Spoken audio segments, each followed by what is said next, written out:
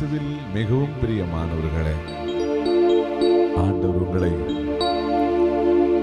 பல்வேறுபட்ட நன்மைகளால் நிரப்பி நீங்கள் எதிர்பார்க்கிற நன்மையான காரியங்களை உங்களுக்கு தந்து உங்களை ஆசீர்வதிப்பாராக. பிரியமானவர்களே, நாம் அழுகின்ற நேரங்களிலே, துக்கத்தோடு இருக்கிற நேரங்களிலே நம் கரங்களை பற்றி பிடித்து வழிநடத்துகிற ஒரு தெய்வம் இருக்கிறார். நம் அருளாளர் இயேசு. அவரை நாம் பாடி மகிமைப்படுத்தி அவர் நமக்கு தருகிற எல்லா விதமான உதவிகளையும் நாம் பெற்றுக்கொள்வோம். ஹல்லேலூயா.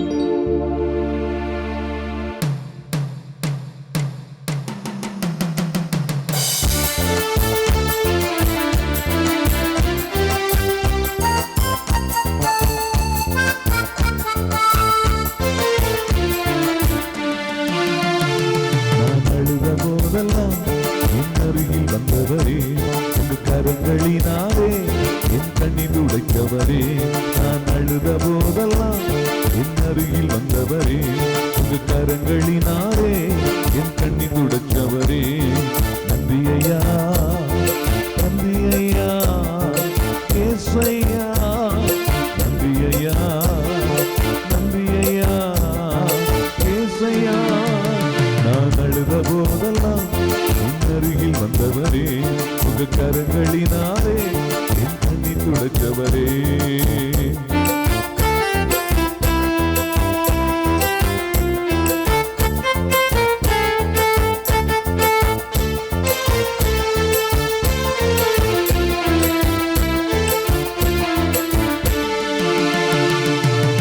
அன்பா இருப்பேன் என்று சொல்வார்கள், அலட்சியமாய் விட்டு போவார்கள். அன்பாய் இருப்பேன் என்று சொல்வார்கள், அலட்சியமாய் விட்டு போவார்கள். அன்பு தருபவரும் நீர்தானையா, அன்பு தருபவரும் நீர்தானையா, உம்மையன்றி எனக்கு யாரையா, உம்மையன்றி எனக்கு யாரையா. ஏசையா, ஏசையா, ஏசையா, ஏசையா, ஏசையா, ஏசையா.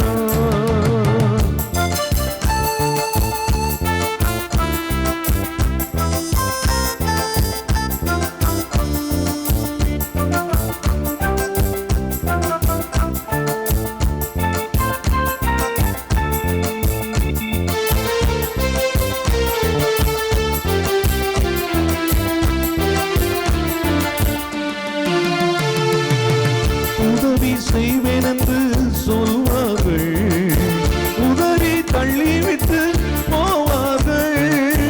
உதவி செய்வேன் என்று சொல்வார்கள், உதவி தள்ளிவிட்டு போவார்கள். உதவி செய்பவரும் நீர்தானையா, உதவி செய்பவரும் நீர்தானையா, உம்மையன்றி எனக்கு யாரையா, உம்மையன்றி எனக்கு யாரையா.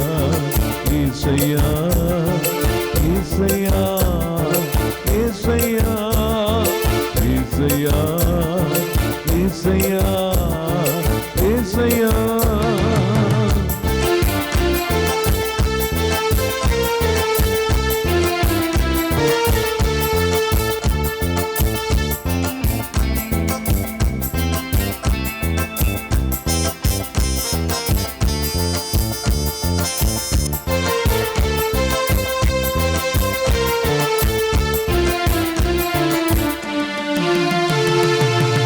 உலகம் என்னை வெறுத்ததையா, உறவுகள் என்னையும் பகைத்ததையா.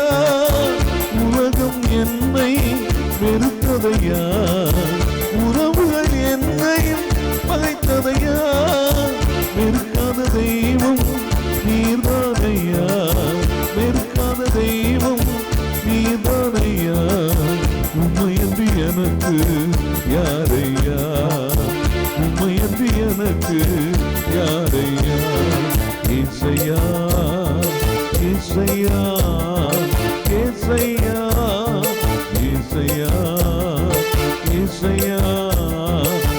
ஏசையா. நான் அழுத போதெல்லாம் என் அருகில் வந்தவரே, உங்க கரங்களினாலே என் கண்ணீர் துடைத்தவரே. நான் அழுத போதெல்லாம் என் அருகில் வந்தவரே, உங்க கரங்களினாலே என் கண்ணீர் துடைத்தவரே. நன்றி ஐயா, நன்றி ஐயா ஏசையா. நன்றி ஐயா, நன்றி ஐயா ஏசையா, ஏசையா, ஏசையா, ஏசையா, ஏசையா, ஏசையா.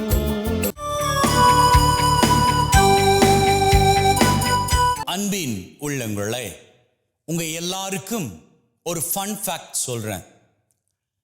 நம்முடைய திருச்சபையில் 267வது பாப்பரசராக கடந்த வருடம் மே மாதம் 8ஆம் தேதி தற்போது இருக்கக்கூடிய நம்முடைய திருத்தந்தை லியோ 14ஆம் லியோ அவர்கள் பொறுப்பேற்றார் இந்த திருச்சபையை. திருச்சபையின் தலைவராக இருக்கக்கூடியவர், இந்த உலகத்தின் தலைவராக இருக்கக்கூடியவர் நம்முடைய திருத்தந்தை பாப்பரசர் ஆவார். இந்த பாப்பரசர் யாரது வழித்தோன்றல் அப்படின்னு பார்த்தால், 2000 வருடங்களுக்கு முன்பாக இயேசு கிறிஸ்து எந்த ஒரு மீனவனை பார்த்து, என் அன்பான சீடனே, மற்றவர்கள் எல்லாரும் என்னை குறித்து என்னவெல்லாம் சொல்கிறார்களோ அதை தாண்டி ஒருபடி நீ மேல போய். இயேசு கேட்கிறாரு, இன்னைக்கு நற்செய்தியில எல்லாரும் என்ன யாருன்னு சொல்றாங்க அப்படின்னு கேட்டதும் ஒவ்வொருத்தரும் ஒவ்வொரு பதில் கொடுத்தாங்க. அவர்களது பதில் எல்லாம் எப்படி இருந்துச்சு அப்படின்னா, இயேசு யார் அப்படி என்று சொல்வதாக இல்லை. சிலர் யோவான் அப்படின்னு சொன்னாங்க, சில பேர் இறைவாக்கினர் அப்படின்னு சொல்றாங்க, சில பேர் பழைய நாட்கள்ல இருந்த அந்த இறைவாக்கினர்கள், வீரமுள்ள அற்புதம் செய்யக்கூடிய இறைவாக்கினர்கள் ஒருவர் தோன்றி இருக்க, அப்படித்தான் சொன்னார்களே ஒழிய உண்மையில் யாருமே இயேசு இறைமகன் அப்படின்னு சொல்லி அந்த இடத்துல அவருக்கிட்ட உறுதியாக சொல்லல. யார் என்ன சொன்னா என்ன, எனக்கு பட்டதை நான் சொல்றேன். ஏன்னா பேதுருவானவர் பட்டு அப்படின்னு பேசிடுவாரு. அவர்கிட்ட ஒளிவு மறைவு எதுவுமே கிடையாது. பேதுருவானவர் இயேசு ஆண்டவர்கிட்ட இந்த கேள்விக்கு பதில அப்படி சூப்பரா சொல்றாரு. அவர் சொல்றாரு, நீர் இறைமகன், மேசியா, வாழுகிற கடவுளின் குமாரன். சிம்பிளா சொல்லிட்டாரு. உடனே இயேசு ஆண்டவர் சொல்றாரு, நீ இந்த காரியத்தை சொல்லுகிற வேளையில இது உனக்குள்ளாக இருந்து நீ சொல்லல, உண்மையில ஆண்டவராகிய தகப்பன் உனக்குள்ளாக பேசி அங்கிருந்துதான் நீ சொல்ற அப்படின்னு. அப்போ இயேசு ஆண்டவர் அந்த இடத்துல உறுதிப்படுத்துறாரு, பேதுருவின் வார்த்தைகள் அவருடைய மனுஷ வார்த்தைகள் கிடையாது, மாறாக தெய்வத்தின் வார்த்தைகள். அந்த தெய்வத்தின் வார்த்தைகள் பேதுருவிடம் இருந்து வெளியே வந்தபடியினால், அந்த தெய்வத்தின் வார்த்தைகள் பேதுருவிடம் இருந்து வெளியே வந்தபடியினால் இயேசு ஆண்டவர் சொல்றாரு, இன்றிலிருந்து நான் சொல்லுகிறேன், என்னுடைய சபைக்கு, இந்த திருச்சபைக்கு தலைவனாக இருக்கக்கூடிய ஒரு மாபெரும் பொறுப்பை நான் உனக்கு தருகிறேன். இயேசுவே அந்த பொறுப்பை பேதுருக்கு கொடுத்தார் அப்படி என்பது இப்போ புரிகிறதா? ஏன்னா எல்லார்கிட்டையும் கேட்கப்பட்ட கேள்வி ஒண்ணுதான், சேம் கொஸ்டின். ஆனா எல்லாரும் கொடுத்த ஆன்சர்ஸ் டிஃப்ரெண்ட்.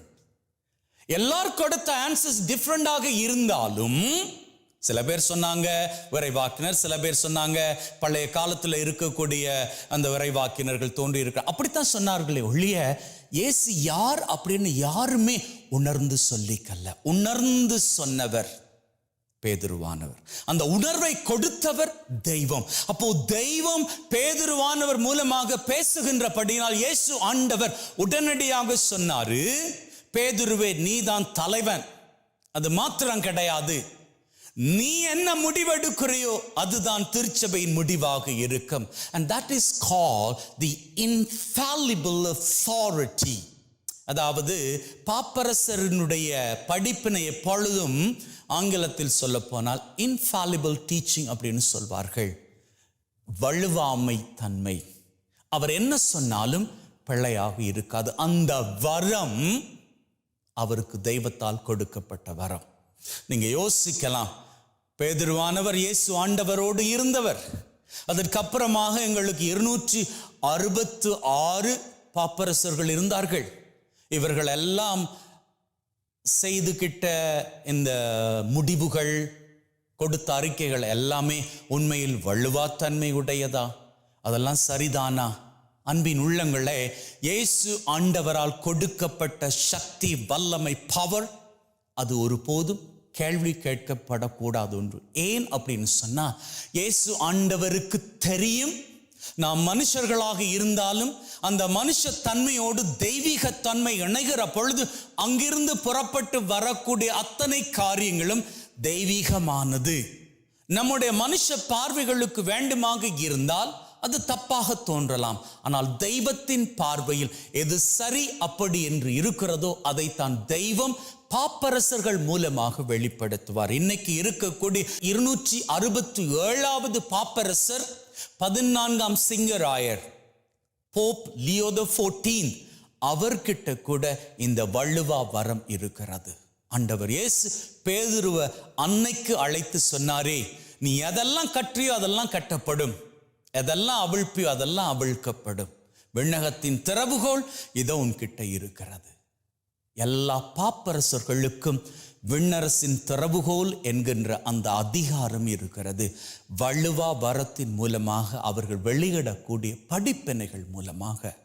எனக்கு நம்முடைய பாப்பரசர்கள் அவர்கள் ஒரு முடிவு எடுக்கின்ற பொழுது தனித்து அவர்கள் முடிவெடுப்பது கிடையாது. அவர்கள் என்ன முடிவு எடுத்தாலும் ஒரு குழுவாக ஜெபத்தில் இருந்து ஆவியானவரது வல்லமையை வேண்டி ஜெபித்து நாங்கள் ஒரு முடிவு எடுக்க போகணும். ஏதாவது ஒரு காரியம் குறித்து இந்த உலகத்தில் இருக்கக்கூடிய தெய்வத்தின் திருச்சபைக்காக நாங்கள் நன்மையான ஒரு காரியம் குறித்து முடிவெடுக்க போகிறோம். அப்படி எடுக்கிற முடிவு நேர்த்தியானதாக தெய்வத்தின் உள்ளத்திற்கு ஏற்றதாக இருக்கணும் அப்படின்னு சொல்லி ஜெபிச்சு ஆவியானவரை அழைத்துத்தான் அவர்கள் முடிவெடுக்கிறார்கள். ஆகவே அந்த முடிவு எந்த விதத்திலும் தப்பாக போவதற்கு எந்த ஒரு வாய்ப்புமே கிடையாது.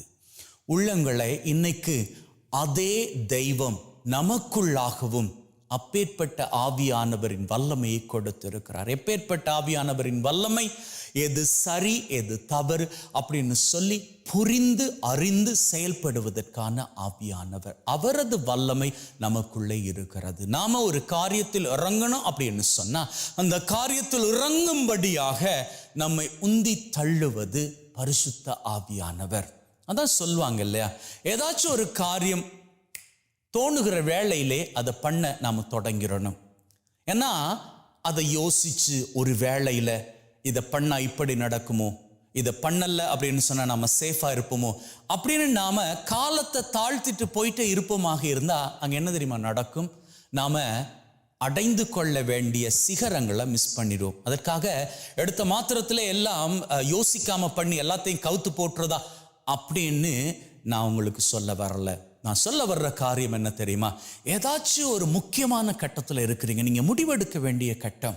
அது குடும்ப சூழ்நிலையாக இருக்கட்டும், படிப்பு சம்பந்தப்பட்டதாக இருக்கட்டும், வெளிநாட்டு பயணம் சம்பந்தப்பட்டதாக இருக்கட்டும், எதுவாக வேண்டுமானாலும் இருக்கட்டும்.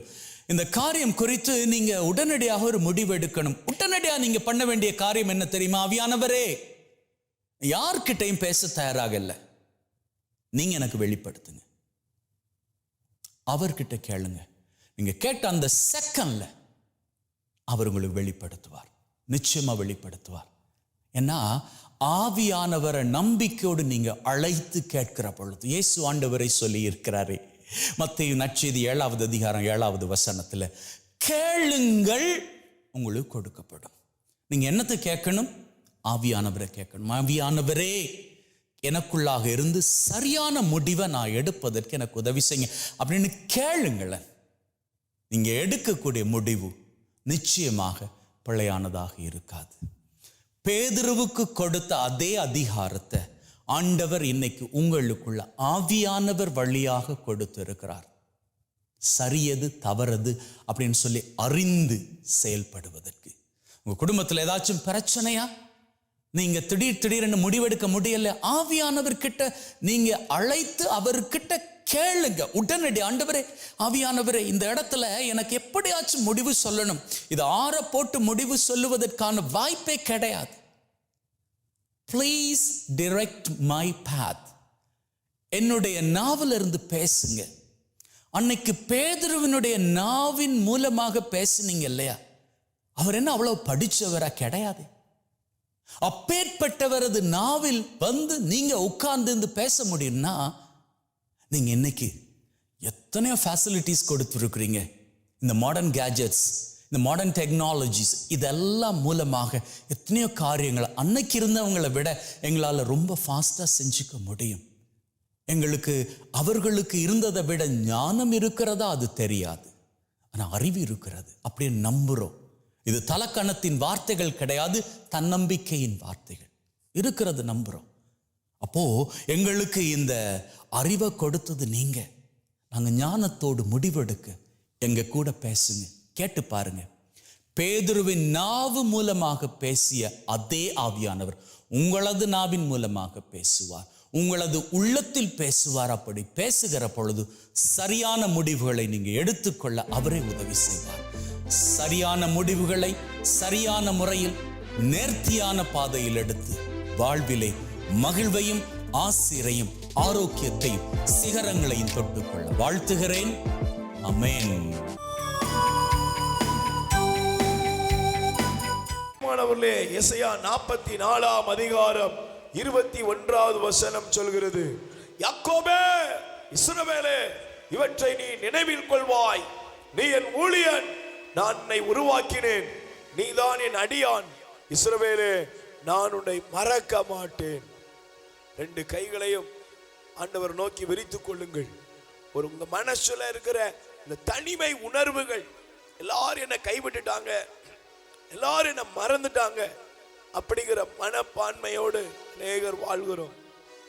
எனக்கு நீ யாருமே இல்லையே, எனக்கு நீ யாருமே இல்லையே, என்னை எல்லாரும் மறந்துட்டாங்க, என் குடும்பத்துல எல்லாரும் கைவிட்டுட்டாங்க, இன்னைக்கு என் நிலைமை இப்படி இருக்குதேன்னு சொல்லி சஞ்சலப்பட்டு புலம்புகிற மகளே, மகனே, இயேசு உனக்காக இருக்கிறார். அவருடைய கரம் உங்க மேல இறங்கி வருகிற நேரம் ஆண்டவர் சொல்றார். மீண்டும் அந்த வசனத்தை நல்லா ஞாபகப்படுத்திக்கோங்க. எசையா 44:21 அப்பா சொல்றாரு, நீ இஸ்ரவேலே, நான் உன்னை மறக்க மாட்டேன். மகளே, மகனே, நான் உன்னை மறக்க மாட்டேன். இந்த வார்த்தை அநேகருக்குள்ள டச் ஆகுறது, அநேகர் ஆண்டவர் தொடுகிறார், வல்லமை இறங்குகிறது. இயேசுவேன்னு கூப்பிடுங்க. ஹல்லேலூயா, ஹல்லேலூயா. இயேசுவே, இயேசுவே, இயேசுவே, இயேசுவே. இந்த மறக்காதவரே, இயேசுவே, இந்த வல்லமை இறங்கட்டும் அப்பா. இயேசுவே, இயேசுவே, இயேசுவே, இயேசுவே, இயேசுவே, இயேசுவே, இயேசுவே, இயேசுவே. மலை போல துன்பம் என்னை சூழும் போதும் நீர் என்னை ஒருபோதும் ஆண்டவரே கைவிடாமல் என்னை சூழ்ந்து பாதுகாப்பவரே, உம்மை துதிக்கிறேன் ஐயா. ஹல்லேலூயா, ஹல்லேலூயா, ஹல்லேலூயா, ஹல்லேலூயா, வல்லமை இறங்கட்டும். ஹல்லேலூயா, ஹல்லேலூயா, ஹல்லேலூயா, ஹல்லேலூயா.